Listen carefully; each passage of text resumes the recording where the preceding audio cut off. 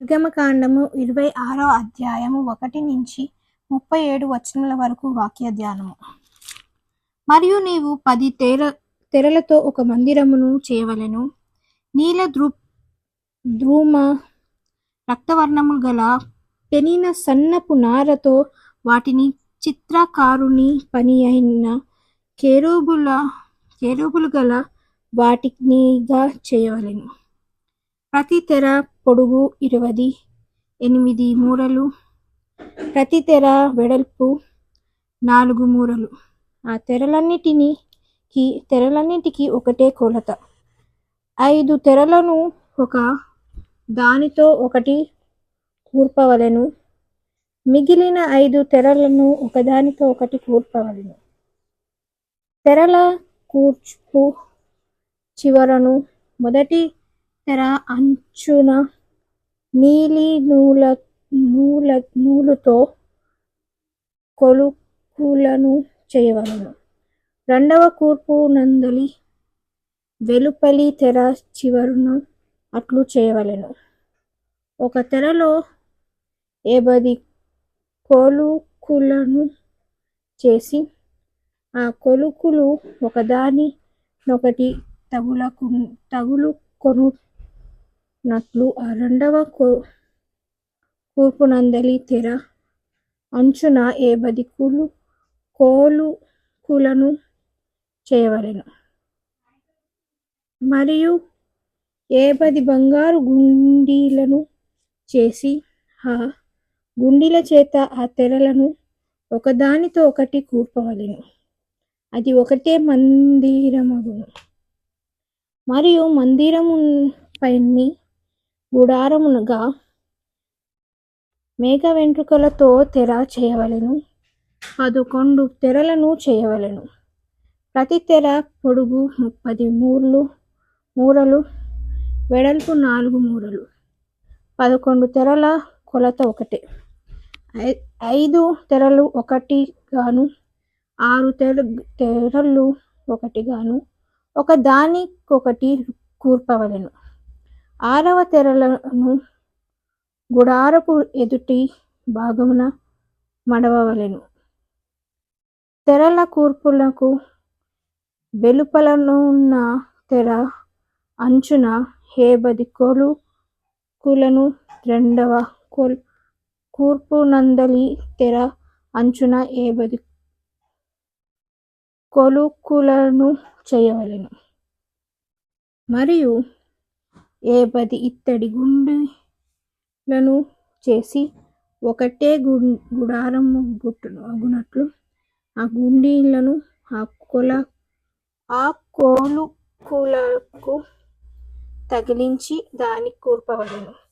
ఆ గుడారపు తెరలలో మిగిలి వ్రేలాడు భాగము అనగా మిగిలిన సగము తెర మందిరము వెనుక ప్రక్క మీద వ్రేలాడవలెను.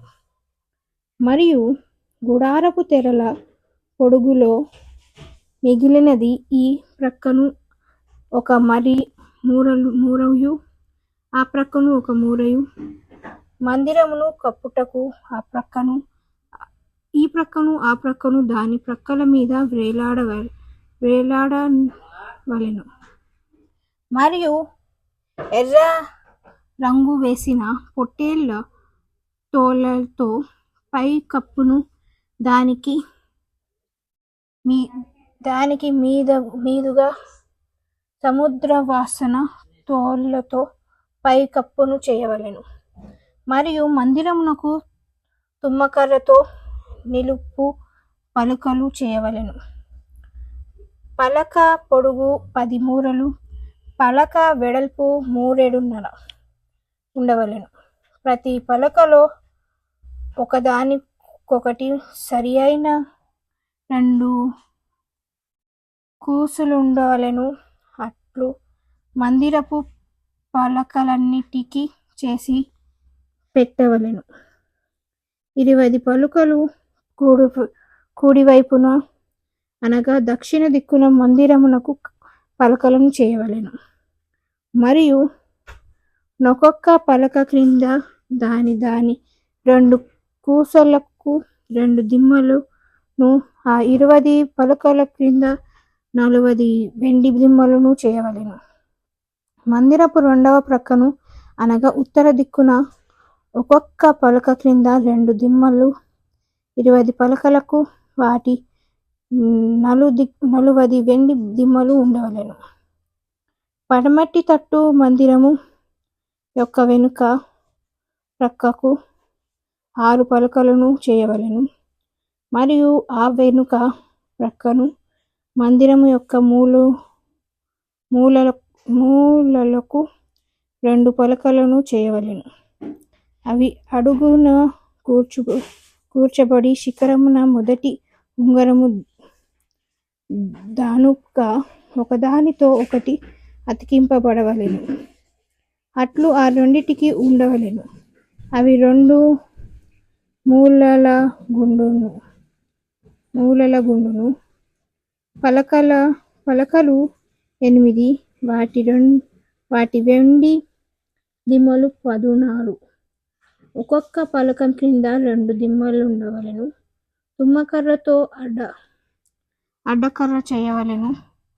మందిరము యొక్క ఒక ప్రక్క పలకలకు 5 అడ్డకర్రలను, మందిరము యొక్క రెండవ ప్రక్క పలకలకు 5 అడ్డకర్రలను, పడమటి వైపున మందిరం యొక్క ప్రక్క పలకలకు 5 అడ్డ కర్రలను ఉండవలెను.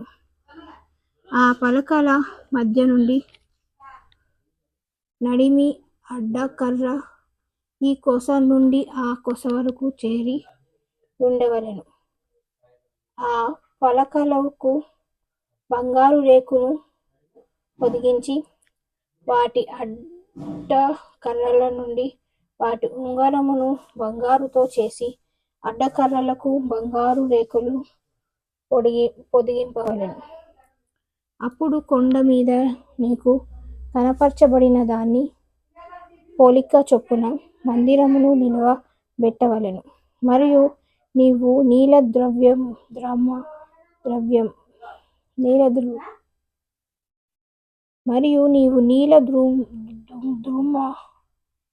ద్రుమ రక్తము వర్ణముల గల ఒక అడ్డ తెరను పెదిన సన్న నారతో చేయవలెను.